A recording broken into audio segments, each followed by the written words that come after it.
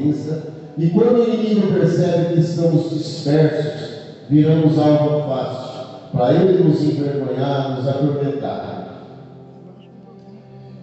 E assim que o Espírito Santo nos tocar e for colocar no nosso coração, temos que prestar muita atenção em tudo que esse Espírito nos faz, nos induz, porque através dele nós vamos vencer esse inimigo. Através do que o Espírito Santo colocar dentro do nosso corpo, dentro da nossa mente, da nossa alma, da nossa entrega por Jesus, o inimigo não terá força sobre nós. E esse inimigo não terá disposição de nos atacar. Porque estamos em Jesus, estamos por Cristo. E Cristo é o nosso escudo, Cristo é a nossa salvação. E aquele que crê jamais será molestado pelo inimigo, porque nós não daremos motivo para que ele nos enfraqueça e que nos envergonhe. É uma alegria estar aqui essa noite, nesse lugar, porque o Senhor está também aqui. A sua presença é garantida no lugar dele, tem um lugar especial para ele aqui nessa casa, está reservado para ele. Assim também é na minha vida, assim é na minha casa. Lá na minha mesa tem um prato que minha esposa coloca para Jesus. Tem uma xícara que Jesus toma chá conosco, toma café da manhã. E tudo que fazemos na oração da madrugada, Jesus está conosco. Então nós chamamos Jesus o tempo todo para a nossa vida, para a nossa casa. Se eu fosse vocês, eu não me preocuparia com os irmãos que estão do lado, com as coisas que acontecem aqui no mundo. Vamos nos entregar para Jesus, porque a única salvação que nós temos, está aí o mundo, está dizendo, o pastor já falou, quantas coisas aconteceram no mundo, e as pessoas dispersas, não acreditando que esse momento vai chegar, que a vinda de Jesus está próxima. Eu queria dizer a todos que vocês estão limpos, né? E assim tem que ser. Nós temos que ser bonitos para Deus. O nosso melhor é para Deus. O melhor que nós temos, o melhor perfume, a melhor roupa é para Deus. É isso que importa. O que nós temos de sentimento, nós temos de vaidade, tudo é para Deus. E é nesse momento que nós temos que se entregar para Ele, porque a nossa salvação está garantida, porque nós estamos na casa do Pai. Não que isso só apenas baste, mas nós estamos procurando o nosso caminho, nós estamos fazendo o melhor de nós para chegarmos juntos do Senhor e Ele nos levar junto com a sua igreja, em nome do Senhor Jesus. Talvez você entrou aqui com a sua alma batida, com a sua alma angustiada. A solução é a espera do Senhor. Ele é a fonte de tudo, Ele é a vida, é para Ele e é por Ele que tudo que nós fazemos, tudo tem que valer a pena, porque se for para Jesus, tudo será mais fácil. Aleluia. Eu estou fazendo essa leitura breve aqui, dessa história do soldado, porque o soldado foi pego despreparado. Ele foi pego despreparado, mas tudo que a gente tem que fazer nessa vida, nós temos que saber que em qualquer momento pode vir uma oportunidade para nós. Essa oportunidade veio para mim. Eu não esperava que isso fosse acontecer tão rápido.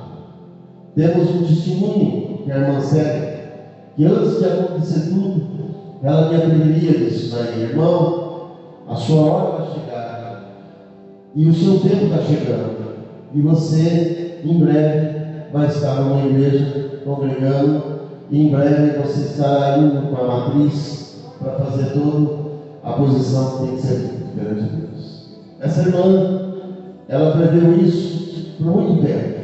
Toda vez que ela me encontrava, mesmo eu não sendo pastor ainda, ela me chamava de pastor e falava que o meu futuro já estava escrito no livro de Deus. E isso aconteceu.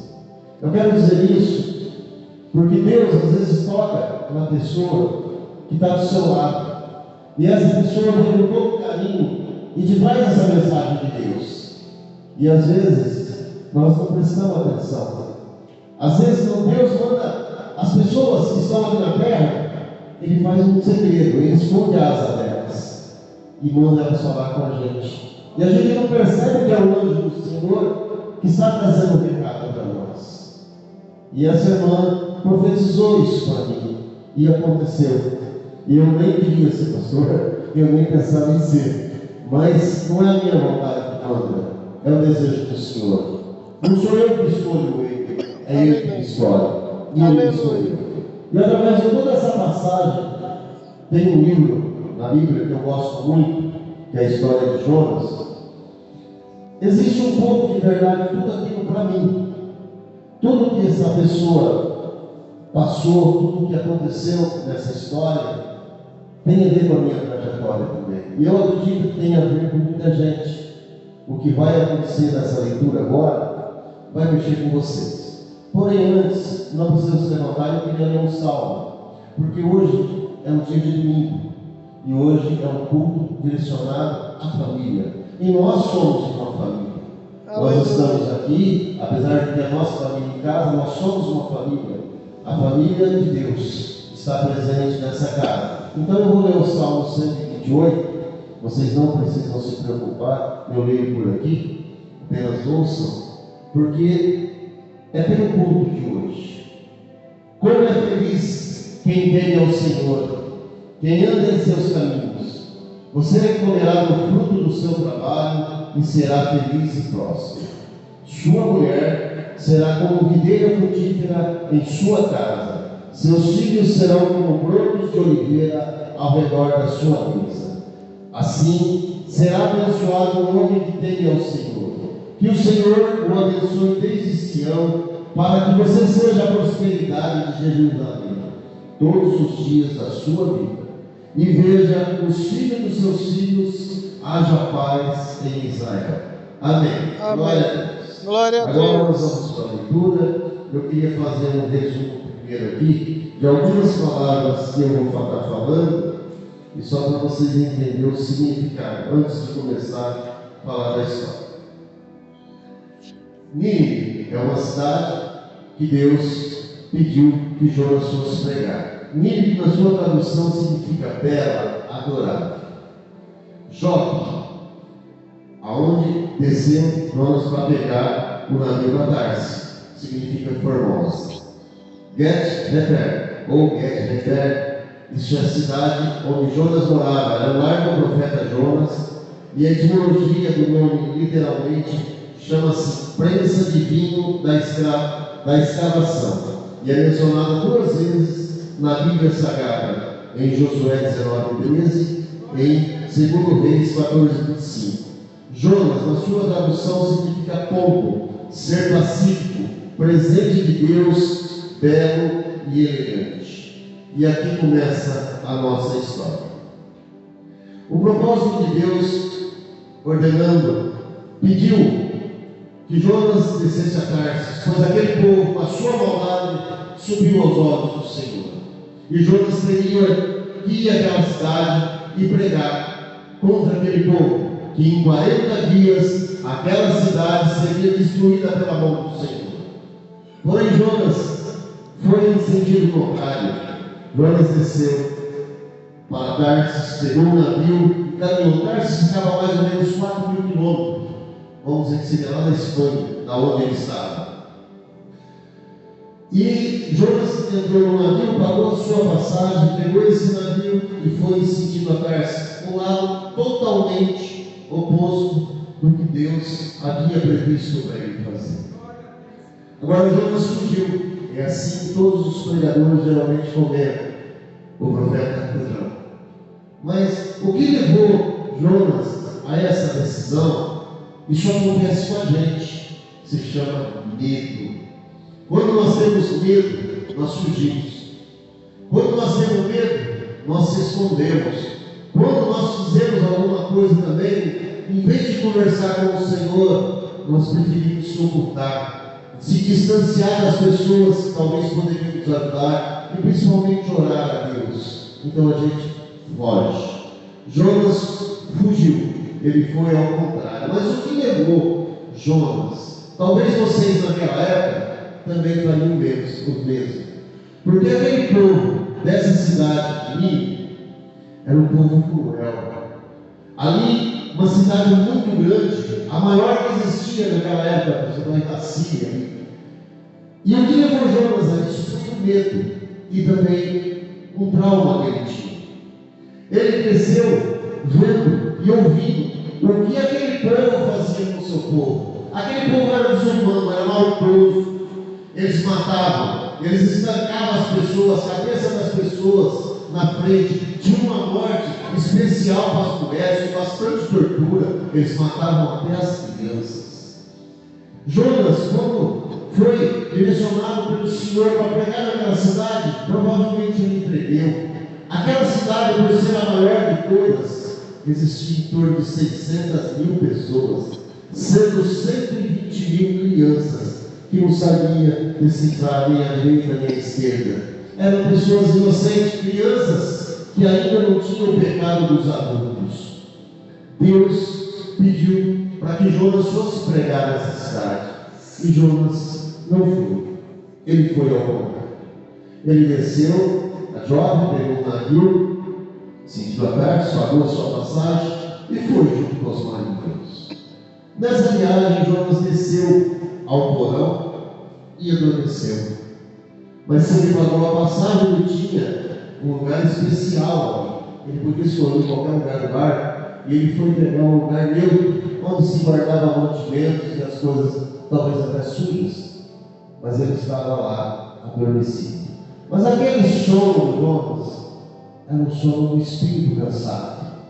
Era a alma dele que estava cansada, pois ele cresceu ouvindo as maldades que aquele povo fazia com o seu povo. E ele não queria que aquele povo tivesse uma oportunidade. Esse é o nosso erro. Nós sempre preferimos honrar as pessoas do que entender. Pensamos em São Paulo, aqui no Brasil. Lá existem bandidos, existem traficantes, prostituição, existe tudo. Mas também existem as pessoas que foram para lá acreditando em trazer uma vida melhor para a família. Existe muita migração para lá do Nordeste. O povo do Nordeste está passando fome por falta de chuva. Eles iriam para São Paulo porque querem uma oportunidade maior da família lá. Então, a gente não pode julgar totalmente aquele lugar por todos. Nós estamos sofrendo aqui, sofremos aqui em Dubai e sofremos com o Rio Grande do Sul. Pensa que todos estão pagando, mas as crianças estão lá também.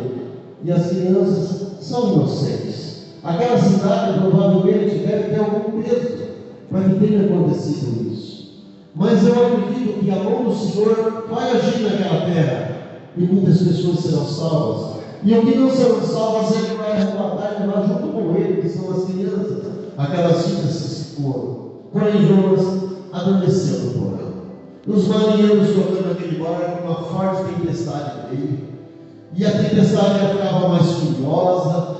E o barco batia para lá, para cá nas ondas, quase se arrebentando. E os marinheiros já não sabiam mais o que fazer. Aquele barco quase estava no final da vida dele também. E jogaram as coisas ao mar, as cargas, seus pertences. Mesmo assim, não resolveu. E resolveram tirar a sorte. O que estava pesando, porque a mão do Senhor, o Deus da tempestade, estava ali, naquele momento, sacrificando aquele barco e a vida deles. E eles tiraram a sorte. E a sorte caiu para Jonas. Um dos marinheiros desceu até o porão. Lá em cima acontecendo tudo, se acabou e Jonas dormiu. E o marinheiro perguntou para Jonas: quem és tu? Levanta, pega teu Deus, nós já clamamos ao nosso. Quem sabe ele tem misericórdia, tira essa tempestade. Jonas, apesar de toda essa irresponsabilidade, ele assumiu: eu sou temente a Deus, eu sou profeta, e tudo que está acontecendo, essa fúria do mar, essa tempestade, é por causa de mim. Eu fugi da presença do Senhor e esse castigo caiu sobre vocês. Às vezes, nós nos aproximamos de certas pessoas e não tomamos cuidado. E essas pessoas têm o seu castigo, têm o seu erro, não são crentes a Deus, e aquilo que acontece com ele, nós estamos juntos, acabamos sofrendo as consequências também. Temos que nos libertar às vezes dessas pessoas que não trazem o caminho da verdade, que não trazem o caminho de Deus, aquelas pessoas que são oposição à nossa lei, à nossa vida com Deus. Nós temos que se ausentar dessas pessoas, porque o seu sofrimento pode nos atingir também. Então nós temos que escolher o nosso caminho e também escolher melhor as pessoas que nós colocamos na nossa vida.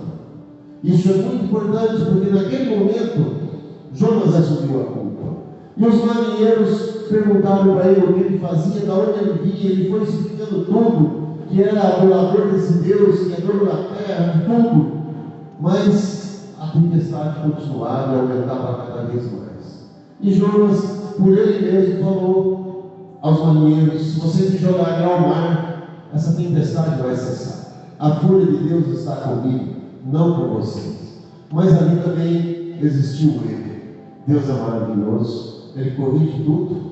Ali tinha aqueles marinheiros que não acreditavam no nosso Deus, eles adoravam outros deuses. Então Deus agiu de uma forma que pudesse corrigir também aquilo. E Jonas sugeriu que jogassem ao mar. E os marinheiros não fizeram isso, temendo, porque ele era um homem de Deus também, era escolhido por Deus. Tentaram remar esse barco ainda mais e não conseguiam, as ondas ficavam mais fortes, até que jogaram Jonas no mar. Naquele momento, a tempestade cessou. Jonas caiu ao mar, e naquele momento o Senhor mandou um grande peixe, e esse peixe engoliu Jonas. E Jonas foi para os ventos desse peixe. Ficou ali, naquelas entranhas, por 3 dias. E naquele momento de sofrimento, de angústia, Jonas orou a Deus. E eu vou ler a oração de Jonas. Ele disse: na minha angústia clamei ao Senhor, e Ele me respondeu. Do ventre do inferno gritei, e tu ouviste a minha voz, porque tu me lançaste no profundo, no coração dos mares, e a corrente me cercou, todas as tuas ondas e tuas vagas têm passado por cima de mim. Eu disse: lançado estou de diante dos teus olhos, todavia tornarei a ver o templo da tua santidade. As águas me cercaram até a alma, o abismo me rodeou, e as águas se enrolaram na minha cabeça. Eu desci até o fundamento dos montes, os ferrolhos da terra correram-se sobre mim para sempre, mas tu livraste a minha vida da perdição, ó Senhor meu Deus. Continua, mas vamos parar por aqui. Nesse momento, Jonas orou a Deus dentro do ventre desse peixe. Mas outra vez, Jonas estava revoltado. Por que ele estava revoltado com Deus? Porque Deus queria fazer o bem, fazer a misericórdia, o que era certo, e Jonas estava irado com isso, porque ele não queria que aquele povo tivesse nenhuma oportunidade. Mas aqui ele ora a Deus para que Deus salvasse ele, para que Deus desse a vida de volta para ele e a oportunidade de ele presenciar novamente essa vida. Mas ele é um pouquinho egoísta, porque essa oração é feita para ele, mesmo na ira com o Senhor. Mas Deus, misericordioso, e tinha um propósito para Jonas. Nessa história, o que Deus queria fazer? Deus queria salvar Jonas e os ninivitas. Deus queria dar uma oportunidade para essas pessoas, principalmente para Jonas. Mas o alvo dessa história não é Jonas, não é esse povo mau, era Deus. Deus é dono da obra, Deus é dono de tudo. E Ele fez essa missão porque Ele queria resgatar Jonas e queria também converter aquelas pessoas que estavam praticando aquelas coisas ruins naquela cidade. E Jonas, após a sua oração, após 3 dias no ventre desse peixe, o peixe se dirigiu à praia, sentido amigo, e montou Jonas na praia. E Jonas estava ali. Ali, novamente veio o Senhor e ordenou: Jonas, vá para Nínive e pregue que em 40 dias essa cidade será destruída. Era uma cidade muito poderosa, muito grande, muito rica, cheia de riqueza, de ostentação, de prostituição. Era a capital do pecado. Ali, tudo que era ruim era feito naquela cidade, desde a maldade, desde a perversão, desde tudo. E Deus mandou que Jonas fosse a essa cidade pregar. E dessa vez, ele atendeu. Porém, essa cidade era muito grande. Levaria 3 dias caminhando sobre ela para pregar o que o Senhor falava. E Jonas, ainda com aquela coisa angustiada, aquela coisa que estava destruindo ele, afastando ele de Deus, aceitou aquela ordem, mas não fez de forma carinhosa, como Deus gostaria. Ele fez da forma que ele achou que deveria. Ele passou andando para a cidade apenas um dia e falando: em 40 dias Nínive será destruída. Não foi uma pregação: gente, se arrependam, gente, se entregue para Jesus. Perdão, Jesus. Ainda vai gravar. Desculpe. Se entreguem ao Senhor, se rendam, se convertam, se arrependam. Essa seria a pregação dele para aquela cidade, mas ele não fez. Ele andava pela cidade dizendo: em 40 dias Nínive será destruída. Mas ele fez isso apenas um dia e se afastou daquela cidade. Ele procurou um monte bem longe e ficou esperando que Deus não desse a misericórdia para aquela cidade. Ele ficou esperando que aquela cidade tivesse a sua punição e não tivesse o arrependimento de Deus. Mas houve uma surpresa. Jonas foi o quinto profeta dos menores, dos 12 menores, e foi o mais rápido e conseguiu converter uma cidade inteira. Todos ali se converteram. Chegou até o magistrado em cima, aos reis, e aderiram a Jesus, obrigando todo mundo, crianças, animais, a se jejuarem, a se entregarem, colocarem panos de saco, sentados na cinza e se converterem e pararem com as coisas ruins ao Senhor. E Jonas, sentado longe da cidade para ver aquele acontecimento, seguiu novamente e pediu para Deus: é melhor a morte. Quer dizer, ele pediu para viver lá, e ali ele pediu para Deus tirar a vida dele, porque Deus deu oportunidade para aquele povo. Eu acredito que essas cidades que estão sofrendo aqui no país não têm a sua oportunidade também, porque o país se comoveu com o acontecimento. As pessoas estão doando, outras orando, as pessoas se uniram. Talvez era isso que Deus precisava que acontecesse. E Jonas se uniu. E nosso Deus perguntou para ele: o que queres que eu faça? E ele falou: por isso que eu fugi, porque o Senhor é um Deus misericordioso. Eu tinha certeza que o Senhor ia se arrepender e voltar atrás com esse povo e não punir eles. E nisso ele estava ali no sol, fez uma barraquinha simples, e o sol judiando dele, Deus fez crescer uma planta. Dizem que é uma borboleta, não tenho certeza, a Bíblia não explica. E aquela planta deu uma sombra gostosa para ele, e ele achou que era bom aquela graça ter recebido e ficou contente. Porém, no outro dia, Deus mandou um velho, falou uma largada, também a Bíblia não explica. E aquele bicho comeu a planta secou, e o sol pegou ele, em uma leve brisa, ele quase desmaiando.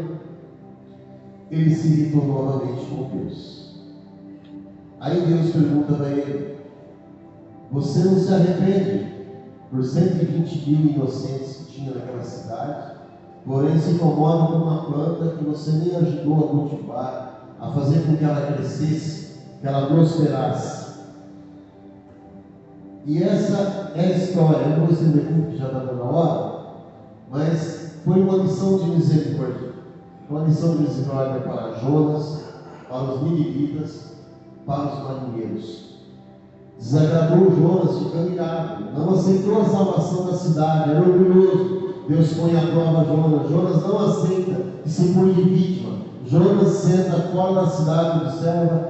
Deus fez crescer essa planta e morre. Um vento quente desmaia para morrer uma planta que Jonas julgava mais importante.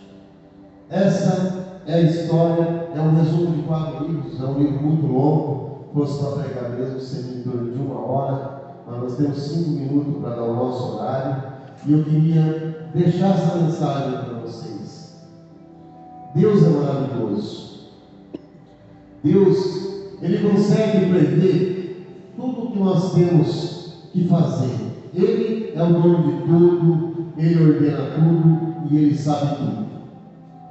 E para isso, nós escolhemos uma coisa, nós escolhemos o caminho que nós vamos ter ao lado dele. Muitas pessoas preferem criticar, preferem julgar outras pessoas, e é o que nós não devemos fazer. Nós devemos aceitar os avisos que Deus nos manda, prestar atenção, se entregar a Jesus. Esse é o único caminho que nós podemos escolher nesse momento. O mundo já está mandando os seus avisos, já está mandando os seus sinais, e a nossa história vai acabar, esse corpo vai se acabar. Mas isso aqui é um corpo velho, nós vamos ganhar um corpo novo, um corpo que não vai ter sofrimento. Para onde nós vamos, não vai existir tristeza, não vai existir tragédia, não vai existir nada, mas aqueles que ficarem vão sentir o peso da mão de Deus. Então nós que estamos na casa do Senhor, temos a obrigação de evangelizar, de levar a palavra do Senhor por onde quer que nós vamos, para poder passar uma oportunidade para essas pessoas. Jonas teve a oportunidade dele, porque o nosso Deus, mesmo você com problema, Ele não te abandona, Ele luta por você até o fim, Ele te dá todas as oportunidades que for possível, a não ser que você não queira, mas Deus não desiste de você tão facilmente. Então eu queria deixar essa mensagem aqui hoje para vocês, que o mundo está sofrendo, mas nós temos que fazer a nossa parte.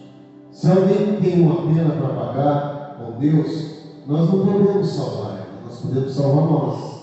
Então vamos se entregar em oração, vamos jejuar, vamos agradecer por todos os dias sentarmos na mesa com a família, e hoje é o culto da família, agradecer por estarmos unidos na casa do Senhor, e que outras oportunidades Deus possa permitir que a gente possa presenciar e também levar para casa a nossa alegria, porque hoje é um dia especial. Hoje nós entregamos esse tempo para o Senhor. Amém. Glória a Deus. Obrigado pela oportunidade. Fica a nossa evangelista.